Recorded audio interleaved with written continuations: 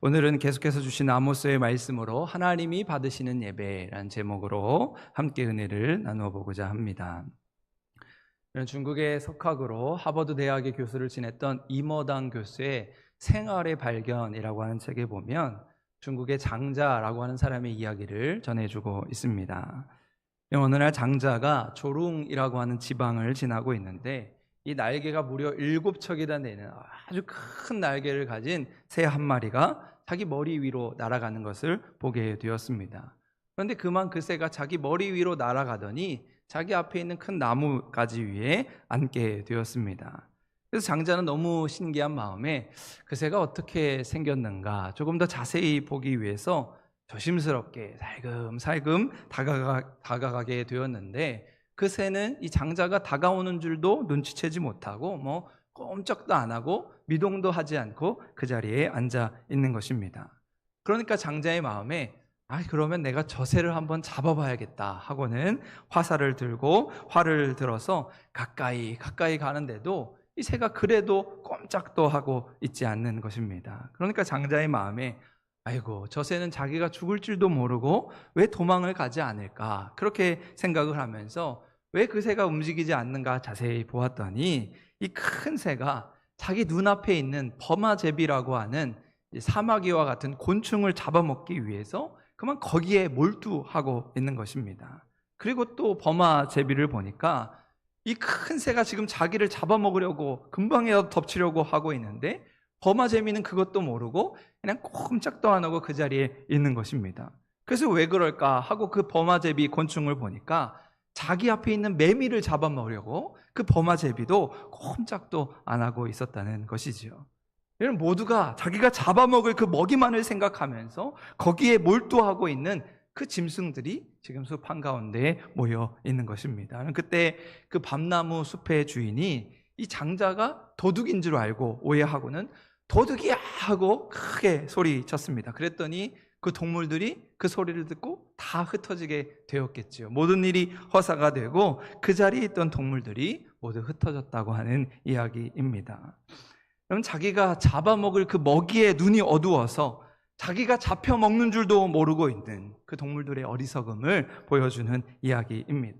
탐심에 눈이 어두워서 있는 탐심군상, 탐심을 가지고 있는 무리들의 모습을 그대로 보여주고 있습니다. 여러분, 이처럼 우리가 살아갈 때 우리가 무엇에 몰두하며 살아가고 있느냐, 그것이 오늘 우리의 모습을 드러내주고 있습니다.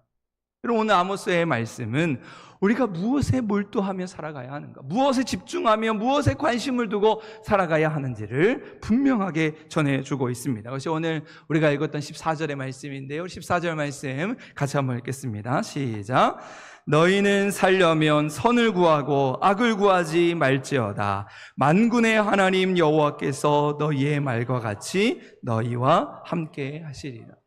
너희가 살고자 하면, 너희가 살고 싶으면 선을 구하라. 악을 구하지 말고 하나님을 찾고 하나님이 원하시는 선을 쫓아 행하라 말씀하고 있는 것이지요.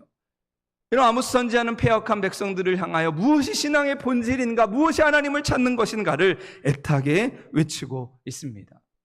여러분, 이스라엘 백성들은 살만한 세상에 오자 그만 이 파산의 암소들 같이 자신들의 배만 부르게 하는 일에 몰두했습니다.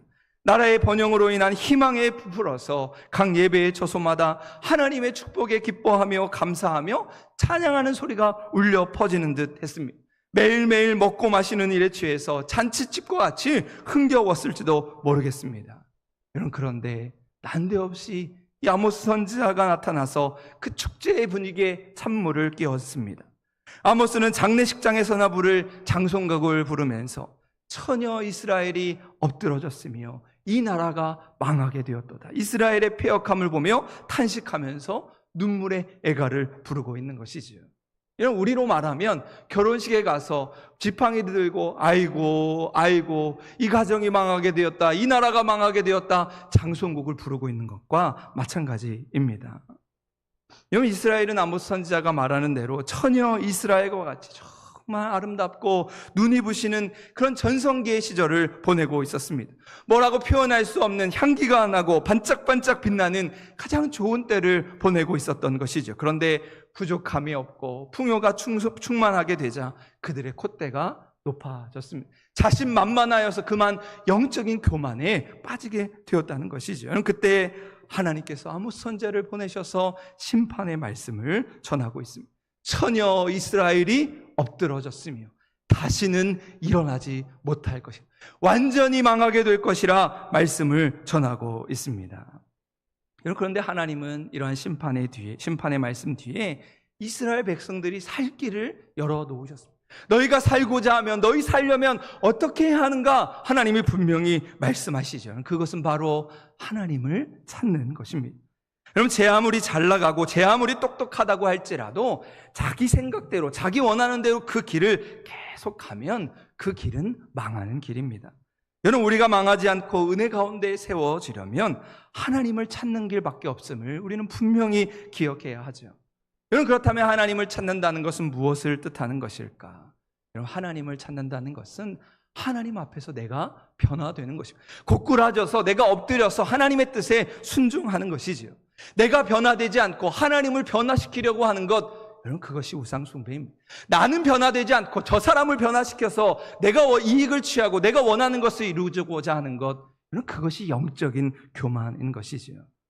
그런데 참된 하나님의 말씀 앞에 내가 녹아지면, 하나님의 말씀을 듣고 내가 그 앞에 고꾸라지면 그 말씀 안에서 내가 변화되는 것입니다. 그렇게 진정한 믿음은 변화를 추구하는 믿음이죠. 내 것을 고집하지 않고 내 목소리를 높이지 않고 하나님의 뜻에 순종하면서 내 입술을 닫고 내 목소리를 닫고 겸손하게 묵묵히 순종하는 것입니다.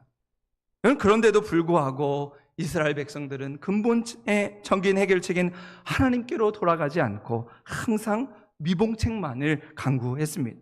땜질식으로 이것만 벗어나면 되겠지, 그런 식으로 고난과 문제를 해결하려고 했다는 것입니다. 힘들 때는 하나님을 찾고 하나님께 부르짖고 하나님께 기도하는 척하면서 다시 조금만 평안해지면, 조금만 내 뜻대로 되면 언제 그랬냐는 식으로 하나님을 멀리 했다는 것입니다. 여러분, 막연하게 아이고 모든 일이 다 잘 되겠지, 하나님이 알아서 하겠지, 그렇게 막연한 믿음을 가지고는 아무런 삶의 변화가 없다는 것입니다. 여러분, 그래서 오늘 19절 말씀에 보면 그들의 땜질식하는 삶을 이렇게 비판하고 있습니다. 마치 사람이 사자를 피하다가 곰을 만나거나 혹은 집에 들어가서 손을 벽에 대었는데 뱀에 물린 같도다. 이것이 무슨 말씀일까요? 어떤 사람이 길을 가다가 사자를 만나서 천신만고 끝에 도망을 치게 되었습니다. 그런데 도망을 가는 길에 또 큰 곰을 만나게 된 것이죠. 그래서 겨우 목숨을 부지하고 집으로 돌아왔는데, 집에 돌아와서 벽을 만지는 순간 그 벽에서 뱀이 나와서 그 뱀에게 물려 죽게 된다고 하는 이야기입니다. 여러분, 이것이 얼마나 기가 막힌 이야기입니까? 여러분, 그런데 이것이 바로 이스라엘의 역사입니다. 이스라엘이 보여진 그들의 신앙의 모습이죠. 그리고 돌아보면 우리들의 모습인 것이죠. 하나님을 찾지 않고 하나님께 진정으로 나아가지 않는 최후의 모습이 뱀에게 물림 같도다 말씀하고 있습니다. 어려움이 있을 때는 기도하는 척하고 평안할 때는 다시금 하나님을 외면하는 인생, 근본적인 대책은 세우지 않고 그저 이 눈앞에 있는 어려움만 피하고 보는 땜질식의 인생은 결국 뱀에게 물려 죽는 종말을 맞이한다는 것입니다. 여러분, 그런데도 이스라엘 백성들은 자기의 삶은 변화시키지 않고 오직 여호와의 날만을 기다렸습니다. 저희가 수요 예배 시간에 소예언서를 공부하면서 이 여호와의 날이 무엇을 의미하는가 살펴보기는 했지만, 사실 성경에 나오는 이 여호와의 날이라고 하는 개념이 신학적으로 종교적으로 아주 복잡하고 어려운 개념입니다. 그런데 아주 단순하게, 아주 간단하게 여호와의 날이 무엇인가 그것을 설명하면 바로 그것은 하나님께서 이스라엘 백성들을 구원해 주시는 날이죠. 그들이 못 살겠다고 고통 가운데 고난 가운데 부르짖을 때 하나님이 그들을 구원해 주시는 날, 그것이 바로 여호와의 날이 됩니다. 여러분, 그러니까 이스라엘 백성들은 자기가 할 도리는 하지 않으면서 하나님이 우리를 구원해 주시겠지, 하나님이 우리를 인도해 주시겠지, 그 여호와의 날만을 기다리고 있었다는 것입니다. 그래서 하나님은 그런 백성들을 향하여 경고의 말씀을 전하고 있습니다. 그것이 18절의 말씀인데요, 우리 18절 말씀 같이 한번 읽겠습니다. 시작. 화 있을진저 여호와의 날을 사모하는 자여, 너희가 어찌하여 여호와의 날을 사모하느냐? 그 날은 어둠이요 빛이 아니라. 사실 이 말씀을 보면 논리적으로 맞지가 않습니다. 여호와의 날을 사모한다는 것이 얼마나 귀중하고 소중한 것입니까? 하나님이 우리를 구원해 주시는 날, 그 날을 기다리는 것이 얼마나 귀중한 시간입니까? 그런데 그런 자들을 향하여 화 있을진저 저주를 퍼붓고 있습니다. 여러분, 그렇게 이스라엘 백성들은 여호와의 날이 오면 하나님께서 이스라엘 백성들은 구원해 주시고 주변의 원수들은 다 망하게 하시고 다 그들을 죽이신다는 믿음을 가지고 있었습니다. 역사의 마지막 날이 되면 이스라엘이 최종 승리를 할 것이라는 확신을 가지고 있었던 것이죠. 그리고 이러한 믿음을 가진 자들을 가리켜 아모스는 여호와의 날을 사모하는 자들이라 칭하고 있습니다. 그런데 그들을 향하여 하나님께서 화 있을진저 저주를 퍼붓고 있습니다. 그들의 기대를 여지없이 무너뜨리면서 그날이 승리의 날이 아니고 구원의 날이 아니고 오히려 너희의 심판의 날이 될 것이라, 패망의 날이 될 것이라 말씀하는 것이죠. 빛으로 가득한 영광의 날이 아니라 오히려 어둠으로 가득한 탄식의 날이 될 것임을 말씀하고 있는 것입니다. 여러분, 그렇다면 아모스 시대만 그랬을까요? 여러분, 예수님도 산상수훈의 마지막 말씀에서 이스라엘 백성들의 기대를 뒤집는 말씀을 전하고 있습니다. 그날에 많은 사람들이 나더러 이르되 주여 주여, 우리가 주의 이름으로 선지자 노릇하며 주의 이름으로 귀신을 쫓아내며 주의 이름으로 많은 권능을 행하지 아니하였나이까 하리니, 그때 내가 저희에게 밝히 말하되 내가 너희를 도무지 알지 못하니 불법을 행하는 자들아 내게서 떠나가라. 예수님이 하신 말씀, 주님을 향하여 주여 주여 하면서 따랐던 자들을 향하여 너희는 불법을 행하는 자들이라 책망하고 있습니다. 마지막 순간에 주여 주여 입술로만 외쳤던 자들을 향하여 내가 너희를 도무지 알지 못한다 책망하시면서 그들이 기대했던 그 여호와의 날, 구원의 날이 오히려 심판의 날이 될 것임을 말씀하고 있습니다. 그렇다면 주님께서 왜 이런 말씀을 하신 것일까? 그것은 그들이 주님의 뜻대로 믿은 것이 아니라 자기 뜻대로 믿었기 때문이지요. 아모스 시대의 이스라엘 백성들이 하나님을 몰랐을까요? 그들의 예배가 부족했을까요? 여러분, 그들도 하나님을 잘 안다고 생각했고 예배의 열심도 충분하다고 생각했습니다. 여러분, 그런데 그것이 바로 잘못되었던 것이지요. 그들은 하나님의 뜻대로가 아니라 자기의 생각대로 믿었고 자기의 생각대로 충성했던 것입니다. 실상은 하나님이 어떠한 분이신지 전혀 알지 못한 채 하나님을 예배하는 척, 하나님께 기도하는 척, 믿음이 있는 척 생활했다는 것이죠. 여러분, 그래서 아모스 선지자는 가장 행복해 보이는 시대에 심판의 메시지를 들고 백성들에게 외치고 있습니다. 너희는 여호와를 찾으라. 그리하면 살리라. 너희는 선을 구하고 악을 구하지 말지어다. 그리하면 너희가 살게 될 것이라. 그들의 살 길을 열어주고 있는 것이지요. 여기에서 찾으라라고 하는 말은 이미 그들의 정신이 딴 데 팔려 있다는 것을 의미하고 있습니다. 하나님이 어디 숨어 계시거나 저 멀리 계셔서 너희가 찾으라 말씀하는 것이 아니라 바로 하나님이 우리의 눈앞에 계신데도 돈과 향락과 우리의 욕심에 취해서 눈이 가려진 자들을 향하여 너희 정신 차려라, 근신하여 깨어있으라 외치고 있다는 것이지요. 여러분, 이처럼 참된 예배는 하나님의 거룩하심을 찬양하고 그분의 뜻을 받드는 행위입니다. 거기에는 인간의 욕심이 끼어들 수 없습니다. 인간의 생각이 끼어들 수 없습니다. 인간의 교만이 끼어들 수 없는 것이죠. 진실한 예배는 하나님의 뜻 앞에 내 생각과 내 뜻을 굴복시키는 행위입니다. 그렇지 않은 예배는 모두 가짜가 되는 것이죠. 여러분, 그래서 아모스의 바통을 이어받았던 선지자 호세아도 똑같은 메시지를 전하고 있습니다. 나는 인애를 원하고 제세를 원하지 아니하며 번제보다 하나님을 아는 것을 원하노라. 제발 하나님이 어떠한 분이신 줄 알고 하나님이 무엇을 기뻐하시는가 제대로 알면서 하나님을 예배하라는 선지자의 강력한 외침입니다. 여러분, 그래서 아모스 말씀을 보면 이스라엘 백성들이 드리던 예배가 하나님이 얼마나 싫어하시는 예배였는지를 밝히고 있습니다. 21절 이하에 보면 내가 너희의 절기를 미워한다, 멸시한다. 너희의 성회들을 기뻐하지 아니한다. 번제나 소제를 드려도 내가 받지 아니할 것이다. 화목제물도 돌아보지 않을 것이다. 아무리 찬양하고 비파 소리를 높이 쳐들어도 내가 그 소리를 듣지 않을 것이다. 여러분, 하나님이 얼마나 그들의 예배가 보기 싫으셨으면 구구절절 거부하시고 그들을 향하여 그렇게 책망하고 있는 것이죠. 결국 아모스는 그들이 드렸던 예배는 하나님이 받으시는 예배가 아니라 그 자체로 우상 숭배였음을 말씀하고 있습니다. 자기의 필요를 위해 만든 우상에 불과했다는 것이죠. 그렇다면 우리는 어떻게 하나님이 받으시는 예배를 드릴 수 있을까? 아모스가 전하는 답이 오늘 바로 24절의 말씀입니다. 오늘 24절 말씀 같이 한번 읽겠습니다. 시작. 오직 정의를 물같이 공의를 마르지 않는 강같이 흐르게 할지어다. 아모스에서 너무나도 유명한 구절이죠. 오직 정의를 물같이 공의를 마르지 않는 강같이 흐르게 할지어다. 아모스에서 가장 유명한 구절이라 할 수 있습니다. 하나님이 이스라엘의 예배를 받지 아니하시는데 그렇다면 어떻게 할 것인가? 그에 대한 해답으로 정의를 물같이 공의를 강같이 흐르게 하라는 말씀이죠. 너무도 간단하고 너무도 짧은 말씀이지만 이 한 구절에 아모스가 전하는 모든 메시지가 함축적으로 담긴 그런 주제의 말씀이라 할 수 있습니다.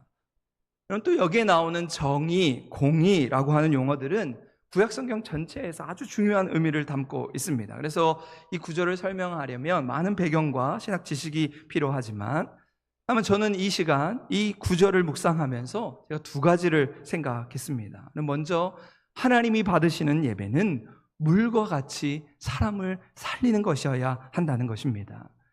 그럼 지금 하나님께서 이스라엘 백성들의 잘못된 예배를 책망하시면서 하나님은 예배와 삶을 연결하고 있습니다. 하나님 앞에 나와서 경건한 척, 거룩한 척 예배하지만 성전을 떠나 삶의 터전에서는 엉망진창의 삶을 살아가는 그 백성들의 모습을 책망하는 것이죠.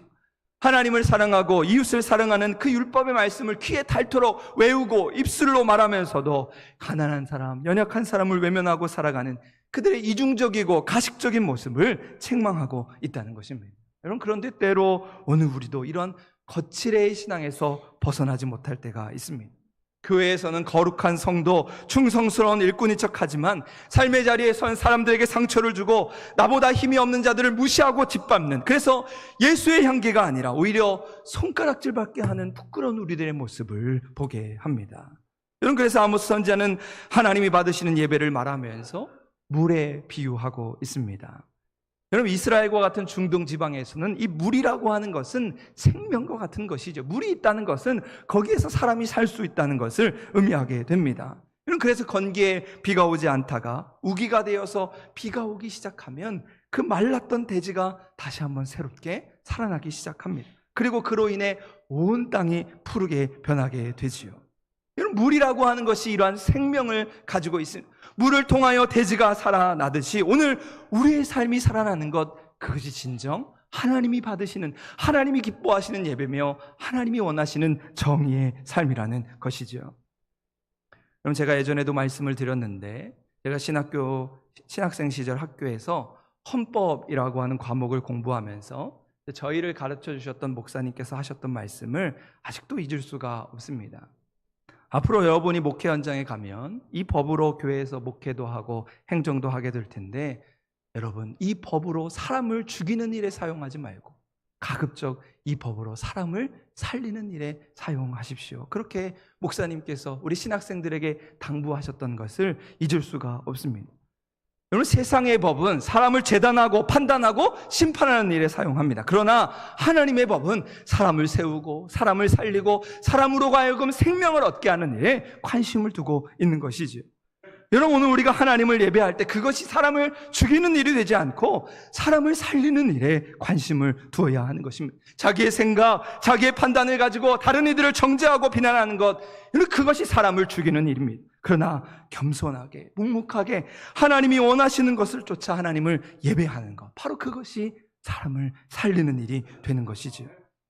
여러분, 오늘 우리가 하나님을 온전히 예배할 때 우리의 삶에 은혜의 단비가 내려지기를 소망합니다. 메마른 광야와 같은 우리의 마음에 은혜의 단비가 내려서 그 은혜의 강물이 우리의 심령에 충만하게 될 때, 여러분, 우리는 하나님이 원하시는 사람, 하나님이 기뻐하시는 사람으로 사람을 살리는 사명의 자리로 나아갈 줄로 믿습니다. 여러분, 그렇게 내 목소리를 죽이고 하나님이 말씀하시는 음성에 귀를 기울이면서 은혜의 단비를 사모할 수 있기를 바랍니다. 그때 하나님께서 우리에게 찾아오셔서 우리가 구하는 모든 문제에 응답하시고 우리의 무너진 마음을 일으켜 세워주시며 우리를 정의와 사랑의 삶으로 인도해 주실 것입니다. 여러분, 그래서 오늘 두 번째로 묵상해 보고 싶은 하나님이 받으시는 예배는 바로 은혜의 강물이 되어 흘러가는 삶이 되어야 한다는 것입니다. 오늘 아모스 선지자는 자신의 탐욕과 영적인 교만으로 인해 아주 꽉 막혀진 이스라엘 백성들을 향하여 너희는 정의와 공의를 물같이 강같이 흐르게 할지어다. 너희가 그 자리에 머물지 않고 멈춰 있지 말고 너희가 하나님이 주시는 그 은혜를 받아서 그 하나님의 정의가 흐르게 할지어다 외치고 있습니다. 여러분, 사실 이스라엘의 강들은 대부분 건기철에 비가 오지 않아서 바짝 마른 상태로 존재하게 됩니다. 그런데 우기가 되어서 이제 비가 오기 시작하면 엄청난 기세로 물이 흐르게 시작하죠. 여러분, 요즘 우리나라도 이상기후로 인해서 갑자기 폭우가 내리는 일이 있습니다. 지난주에도 갑자기 어느 지역에는 정말 폭우가 내려서 큰 피해를 입게 되었는데, 여러분, 그러면 그 물이 그냥 가만히 있지 않고 낮은 곳을 향해 흐르게 되죠. 그러면 거기에 물길이 생기게 되고 그를 통해서 그 물이 흘러가게 됩니다. 없던 강도 생겨나서 물이 흐르게 되는 것이지요. 보통은 마른 골짜기였다가 갑자기 비가 내리면 그 물살을 감당하지 못해서 어떤 장애물도 그 물살을 막을 수 없게 됩니다. 아모스는 이러한 물살의 기세처럼 하나님이 받으시는 예배를 통하여 이 땅에 참된 정의가 마르지 않고 흐르게 할 것을 촉구하고 있습니다. 사시사철 항상 어느 때나 하나님의 그 풍성하신 은혜로 하나님의 정의가 흐르게 하라, 하나님의 공의가 흐르게 하라 말씀하고 있는 것이지요. 여러분, 이처럼 물의 기본적인 속성은 흐르는 데 있습니다. 여러분, 물이 흐르지 않고 한가운데 가만히 고여 있으면 여러분, 그곳에서 냄새가 나고 썩기 마련입니다. 여러분, 그래서 하나님의 교회는 은혜가 강같이 흐르는 교회가 되어야 합니다. 그럼 제가 종종 그것을 연못과 강에 비유하곤 하는데요. 여러분, 연못이라는 것을 한번 생각해 보십시오. 연못은 아주 안전한 곳입니다. 사람이 마음대로 걸어 들어갈 수도 있고 원하는 만큼 그 연못에서 내 마음대로 헤엄도 칠 수 있습니다. 큰 위험 없이 그곳에서 머무를 수 있습니다. 그런데 연못은 정체되어 변함이 없습니다. 변화 없이 그 물이 계속된다면 그 연못은 그 안에서 부패하고 썩어서 냄새가 나는 곳으로 변하게 되는 것이지요. 하지만 강물은 끊임없이 계속해서 변화하고 움직이게 됩니다. 때로는 너무 빨라서 물살이 우리로 겁나게 하지만 그 흘러가는 물질로 인해서 새로운 상소가 공급되고 그 안에서 새로운 생명들이 살아가게 됩니다. 여러분, 자칫 연못이라고 하는 것은 한 사람이 들어와서 마음대로 그것을 흙탕물로 만들어 버릴 수 있습니다. 사람이 의미로 그 연못을 망칠 수도 있습니다. 하지만 흘러가는 강물은 내 마음대로 조정할 수 없습니다. 강물을 따라 내 몸을 맡기고 흘러갈 수는 있지만 그 물길을 사람이 함부로 바꾸거나 해칠 수 없다는 것이지요. 여러분, 하나님을 예배하는 것 또한 마찬가지입니다. 익숙하고 안전한 연못과 같은 그 예배에 안주할 것이 아니라 때로는 도전이 되더라도 강물과 같이 끊임없이 흘러가서 우리가 드려지는 이 예배를 통하여 우리의 삶에서 사람을 살리고 세상을 변화시키는 하나님이 받으시는 예배를 드려야 하는 것이죠. 살찐 바산의 암소들과 같이 내 만족, 내 영광을 위한 예배가 아니라 우리는 겸손하게 말씀에 순종하면서 하나님이 받으시는 예배의 자리로 나아가야 할 줄로 믿습니다. 여러분, 그러기 위해서 이 강물이 흘러가기 위해서는 그 꽉 막혀진 곳에 물꼬를 트는 사람이 필요합니다. 생명의 물로 사람을 살리고 은혜의 강물이 흐르도록 하기 위해서 말씀의 물꼬를 트고 은혜의 물꼬를 트는 사람이 필요한 것이죠. 오직 말씀을 붙들고 말씀이 옳다 하는 일을 곧이곧대로 하는 사람, 오직 말씀에 순종하는 사람, 하나님의 말씀 앞에 나와 기도하는 그 한 사람이 생명의 물꼬를 틀 때 오늘 우리가 놀라운 기적을 경험하게 되는 것입니다. 여러분, 오늘 이 시간 우리가 하나님을 예배하면서 피상적인 믿음, 땜질식의 신앙이 아니라 하나님의 말씀을 기준 삼아서 이 시대를 변화시키고 오늘 우리 교회를 변화시키는 믿음의 사람이 될 수 있도록 오직 여호와 하나님을 찾고 구함으로 정의를 물같이, 공의를 강같이 흐르게 하는 우리 모든 한사람교회 믿음의 성도, 하나님의 사람들 될 수 있기를 주님의 이름으로 간절히 축원합니다. 아멘. 오늘